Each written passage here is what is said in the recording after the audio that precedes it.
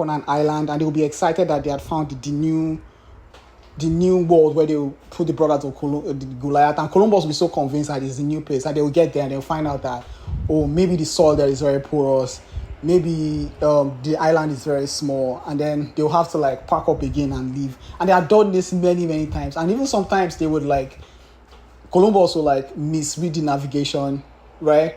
And they would end up in some islands they had already checked out, right? So they were like, why are we even like, why are we listening to this guy? He's just taking us on this merry-go-round, sometimes, so they were like, number one, he's not competent. Number two, we don't like taking orders from him. And then number three, I said that it was lapis lazuli, right? That they used to keep the giants in that state of limbo, right? They would grind the lapis lazuli and the dust they would apply it to the giants, right? Okay, cool. Now they were running out of lapis lazuli and the giants could wake up anytime, right? So there was a growing like unrest on the ship, and they were just drifting aimlessly on the water. So they were like, fuck it.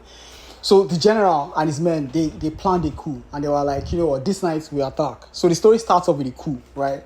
A coup against Columbus, right? So they're attacking Columbus. They get on the water, right, Holy Spirit? Yeah, okay, cool. So they jump inside the water, they dive into the water, those men, and they will swim to Columbus ship. So Columbus ship is usually ahead of their ship. Or like let's say 1 kilometer ahead of them, right?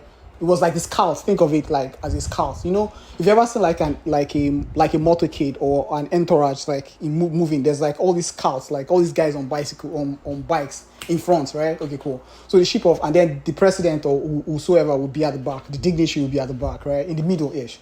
So it was kind of like that. So Columbus ship was like in front, right? Was like 1 kilometer away from them. So they jumped into the water and then they swam to Columbus. But, they underestimated Columbus, right? Because Columbus had envisaged that he was actually a very smart guy. He had envisaged that something like there will be an unrest at some point. Do you understand? So him and his men, they had like planted this like nets inside the water, right? And it was attached to their ship essentially.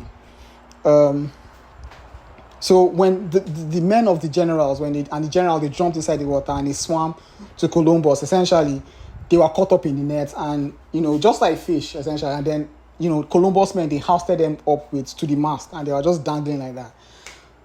So, number one, the men felt very ashamed.